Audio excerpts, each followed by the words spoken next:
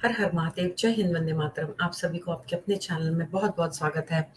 आज मैं जो एक वीडियो लेकर आई हूँ, जो आज मैंने एक्चुअली इंस्टाग्राम पे या आई थिंक ट्विटर पे मैंने एक बहुत ही भयानक वीडियो देखा, जिसमें वो दिखा रहे थे कि एक मुस्लिम लड़की को इतना मारा गया और पीटा गया, और उसका जो बुर्का है ना, वो बार बार निकाला गया सिर्फ इसलिए कि वो एक हिंदू लड़के के साथ में पकड़ा गई। मतलब वो जा रही थी कहीं पर, तो इन दरिंदों ने उसको पकड़ के, उसको दबोच के उसका पूरा नकाब उतार रहे थे।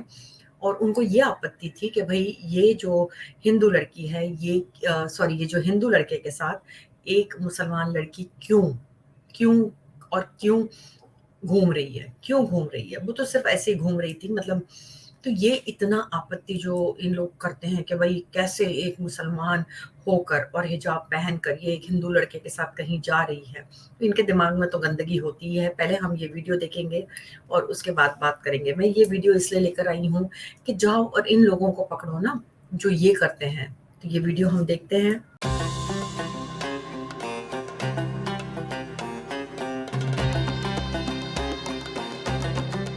ये सारे सीन्स देखकर आपको ऐसा लगेगा कि ये शादी किसी इस्लामिक अरब कंट्री में हो रही है, लेकिन नहीं, ये नज़ारा तो केरला का है। केरला स्टोरी की बात तो हर कोई कर रहा है, लेकिन शायद ही कोई केरला की इन फेमस वन नाइट मैरिजेस के बारे में जानता है।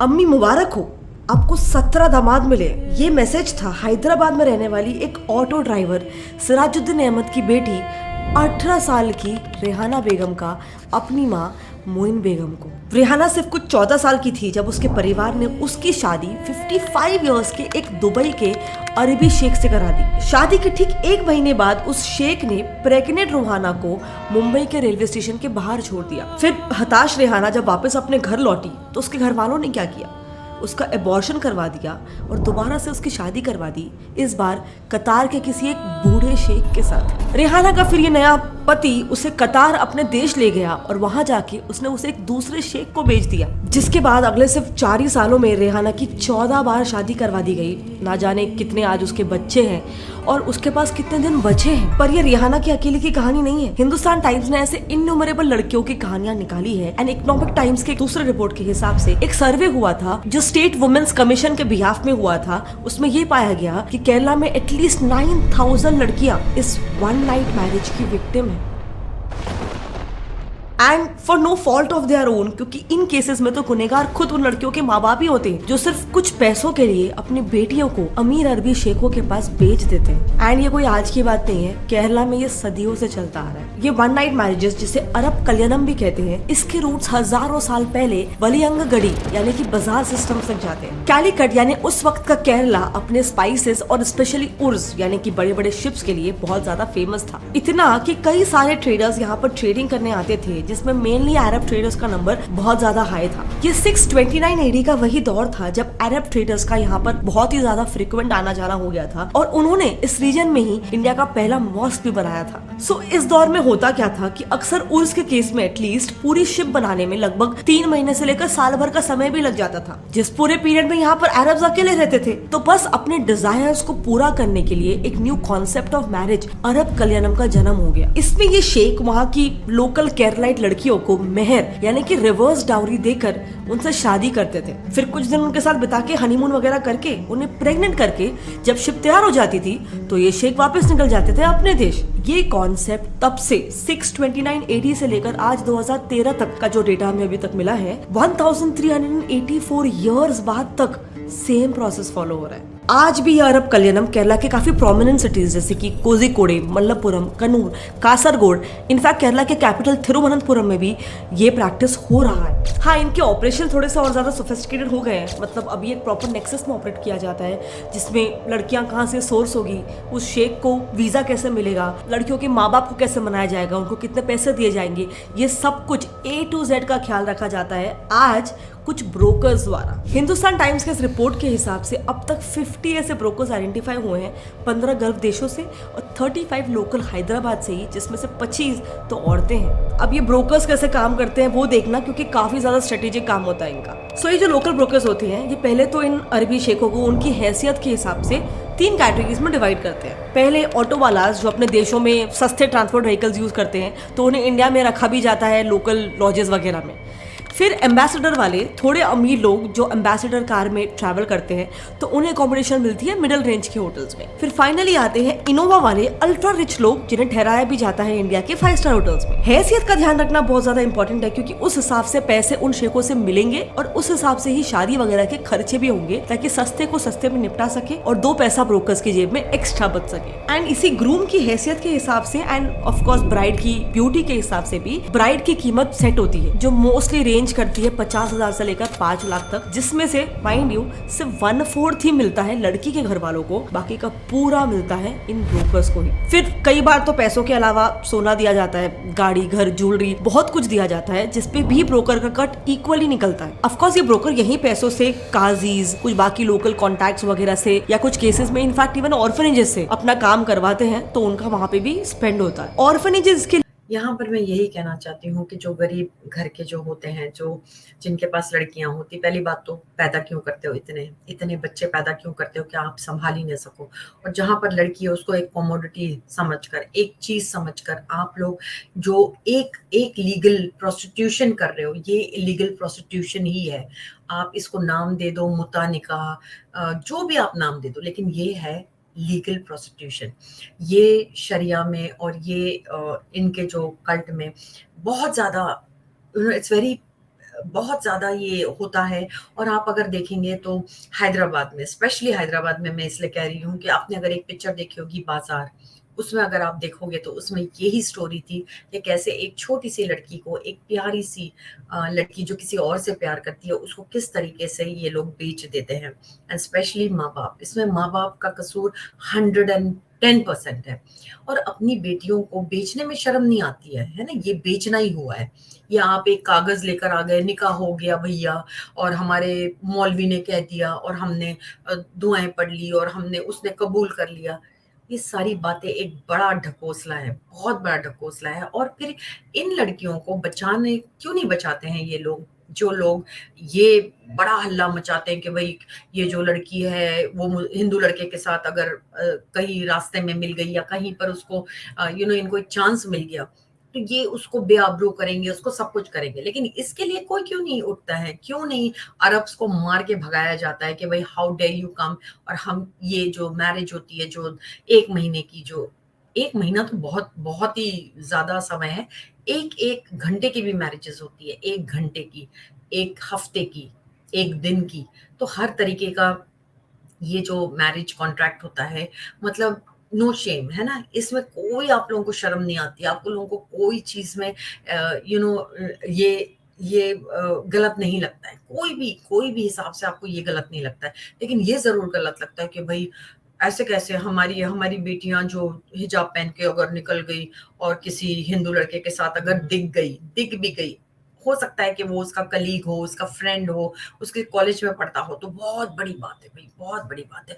हमारी इज्जत तो मतलब नीलाम हो गई, हमारी इज्जत नीलाम हो गई। तो ये कुछ नहीं है, ये आप आओ अरबों को बेचो, फिर वो अरब जाके कहीं और बेचे, और फिर ये चलता ही रहता है। ये पूरा एक पूरा एक सिस्टम है, पूरा एक जो ब्रोकर्स का सिस्टम है, जैसे ये बता रही हैं यहाँ पर, पूरा एक ब्रोकर होता है, जो दलाल होता है। क्या ब्रोकर और क्या, इनको अच्छे नाम से मुझे बुलाना भी नहीं है। तो हम आगे देखते हैं इसके बारे में। ये क्योंकि लड़कियां कहाँ से आएंगी, कई बार ये आती है अनाथालय, मतलब कि यतीम खानों से, और उन यतीम खानों के जो मैनेजर्स वगैरह होते हैं वो भी कमीशन के बेसिस पे लड़कियां सोर्स कर देते हैं। सबसे पहले उस अरब शेख के सामने पूरी ऑर्फनेज की लड़कियों को बुलाया जाता है, उन लड़कियों में से एक को वो अरब सिलेक्ट करेगा, जिसके बाद उस सिलेक्टेड लड़की को मैनेजर इस शादी के लिए बहुत ज्यादा कन्विंस करेगा। ऑल्सो कई केस में क्या होता है कि जो अनाथ लड़कियां होती है, ये अनाथ नहीं होती है, लेकिन उनके माँ बाप बहुत ज्यादा गरीब होते हैं, तो वो उन्हें ऐसे यतीम खानों में डाल देते हैं। तो उस लड़की को ऐसे बताया जाता है कि एक अरबी लड़का तुमसे शादी करना चाहता है, तो पूरे फैमिली का आपके ख्याल रखेगा। फिर लड़की के कन्विंस होते हैं यतीम खाना के मैनेजर्स उन लड़कियों के पेरेंट्स को भी उस अरबी लड़के के फोटोज दिखाकर कहते हैं, क्योंकि लड़की के लिए एक बहुत ही अच्छा, बहुत ही अमीर रिश्ता है, और ये रिश्ता करने के लिए उनको महर यानी कि रिवर्स डाउरी मिलेगी। अरब लड़का, अच्छे घर का रिश्ता, और महर सुनते ही पेरेंट्स झट से मान जाते हैं, क्योंकि बेसिकली मैनेजर्स इसे एक डील से ज्यादा एक अरेंज्ड मैरिज की तरह पोर्ट्रे करते हैं। रिश्ता फाइनलाइज होती ही अरबी पार्टी उन यतीम खाना के मैनेजर्स या फिर मिडिल मैन को पैसे ट्रांसफर कर लेते हैं, जिसमें से सबसे पहले तो अपना कट निकालेगा और बाकी देगा उनके पेरेंट्स को। अब ये ट्रांजैक्शन पूरा होते ही यतीम खाना मैनेजर्स अपने ऑर्फनेज के अंदर ही उस अरबी लड़के और लड़की की शादी करा देते हैं और खुद ही उस शादी के लीगल सर्टिफिकेट्स भी बना के देते हैं। कई बार तो इन मैरिजेस में कुछ गिने चुने रिलीजियस लीडर्स भी शामिल होते हैं जो इसके विरोध करने के बजाय इसे सपोर्ट कर देते हैं, क्योंकि इस्लामिक पर्सनल लॉ में शादी करना और डिवोर्स लेना कंपैरेटिवली काफी इजी है। तो ये रिलीजियस प्रीस्ट भी उन अरब्स को इजीली निकाहनामा यानी कि मैरिज सर्टिफिकेट बनाकर दे देते हैं, जिससे उनकी शादी भी लीगल हो जाती है। एंड नीडलेस टू से इसमें इनको भी काफी अच्छा कमीशन दिया जाता है। फिर ये शेख लड़की को लेके कई हफ्तों या महीनों के लिए भी हनीमून के लिए कोई दूसरे देश लेके जाएगा, वहाँ प्रेग्नेंट कर देगा एंड फिर वापस इंडिया लाके छोड़ देगा, या फिर कई बार उस देश में ही छोड़ देगा, या फिर बेच भी देगा दूसरे शेख लोग को। मतलब कुछ भी हो सकता है। और इसीलिए एक मुस्लिम कॉलमनिस्ट के हिसाब से ये इन अ वे एक लीगलाइज प्रोस्टिट्यूशन ही है। एंड एक्चुअली ज्यादातर केसेस में माँ बाप के साथ क्या होता है ना कि ये फैमिलीज फाइनेंशियली बहुत ज्यादा वीक होती है, इसीलिए वो लोकल ग्रूम्स को डावरी देना अफोर्ड नहीं कर पाती है नॉर्मल शादी के लिए। लेकिन अरबी कल्याणम में उल्टा उनको रिवर्स डावरी मिलता है, जिससे वो फैमिलीज अपनी लड़की की शादी करवाने रेडी हो जाए। वैसे उन लड़कियों को भी महंगे गिफ्ट्स देकर और उन्हें वेल्दी लाइफ, बड़ी गाड़ी, लग्जरी होटल्स के सपने दिखाकर लर किया जाता है। इतना पैसा बताया जाता है, दिखाया जाता है कि कुछ केसेस में तो माँ बाप तो छोड़ो, उनसे ज्यादा उनके डोमिनेटिंग रिलेटिव्स उन लड़कियों को फोर्स कर देते हैं शादी करने के लिए। ऐसा ही एक केस हुआ था जहाँ पर एक टीनेज लड़की को उसके अंकल ने जबरदस्ती करके सिर्फ 5 लाख रुपए में एक ओमानी शेख को बेच दिया। और ऐसा भी नहीं है कि हर एक केस में लड़कियों के माँ बाप को बहुत ज्यादा पैसा मिलता है, पैसा कम ही मिलता है, लेकिन माँ बाप इसलिए भी खुश हो जाते हैं कि चलो एक इंसान पे खर्चा कम होगा, पहली बात तो घर पे, फिर लड़की की शादी तो वैसे भी करवानी है, उस पर खर्चा तो होने वाला है, लेकिन इस शादी में 1 रुपए का खर्चा भी नहीं करना पड़ेगा। और एक एनजीओ है शाहीन जो ऐसे सारे केसेस से डील करता है, उसकी चेयरपर्सन जमीला के हिसाब से तो कई ऐसे गरीब घरों का ये भी मानना होता है, उनमें एक सुपरस्टिशन होता है कि एक मेंस्ट्रुएटिंग लड़की को घर में ज्यादा दिन तक रखना नहीं चाहिए, इसीलिए भी वो जितना जल्दी हो सके की शादी करवा देना चाहते हैं। अब ये केसेस इतने लेस टॉक्ड होने के बावजूद भी केरला में बहुत बड़ा इशू है। और जैसे मैंने कहा था, स्टेट वुमेन्स कमीशन के अनुसार मैसूर कल्याणम के टोटल 9000 विक्टिम्स है, जिसमें से 2500 ऐसे केसेस है जहां उनके हस्बैंड्स उन लड़कियों को छोड़कर चले गए, और उन 9000 में से 300 विक्टिम्स का तो अभी तक कोई पता भी नहीं चला है। ऑफ कोर्स इस सारे टॉर्चर की वजह से लड़कियां मेंटली बहुत ज्यादा अफेक्ट हो जाती है, क्योंकि डिवोर्स होने के बाद तो लड़कियां 2 चीजें फेस करेगी। पहले तो इतनी कम उम्र में शादी के बाद बच्चे संभालना पड़ता है, जो इस एज में उसके लिए काफी ज्यादा ट्रॉमेटाइजिंग होता है। एंड दूसरी तरफ कुछ लड़कियां इस अरबी कल्याणम के लूप में बेसिकली किसी सेक्स स्लेव की तरह फंस जाती है। अब इस पे एक्शन कितना लिया जा रहा है केरला में, यही है sex slaves. You can not call, आप कोई और टर्म दे नहीं सकते इसको अदर देन सेक्स स्लेव। और ये जो लड़कियां हैं, आई फील सो सॉरी कि ये माँ बाप अपनी बच्चियों को कैसे बेच सकते हैं। भाई तुमने कॉन्डोम यूज नहीं करना, तुमने बर्थ कंट्रोल का कोई भी साधन, बहुत बड़ी हराम है भाई। नहीं, हमें तो अल्लाह मियाँ बच्चे देते हैं और हमको और इनको पूरा राइट भी होता है कि भाई हम हमारी बेटियों को, बेस्ट थिंग तो कि अगर वो पीरियड्स उनको मेंस्ट्रुएट अगर वो कर रही हैं तो भाई उनको रखना घर में बहुत बड़ा, मतलब जितनी बार वो मेंस्ट्रुएट करेगी अपने माँ बाप के घर में, उतनी ही बार वो गुनाहगार होंगे। माँ बाप को इसका गुनाह होगा माँ बाप को। किस तरीके के क्या है, कौन से दुनिया में रह रहे हो भाई, कहाँ पर से आते हो आप लोग, कहाँ से आते हो। ये मेरे लिए तो मतलब जब मैं ये एक बहुत ही मेरे सामने हुई हुई बात है कि जहाँ पर एक फैमिली ने अपने 7 बेटों को, ये मैं सच्ची कह रही हूँ because I know that person personally, कि जो 7 अपने बेटों का अच्छा होने के लिए अपनी इकलौती बेटी को उन्होंने एक अरब के साथ में उसका निकाह कर दिया था। जो पहली बार तो आया वो 15 दिन रहा, उसके बाद वो कभी वापस नहीं आया।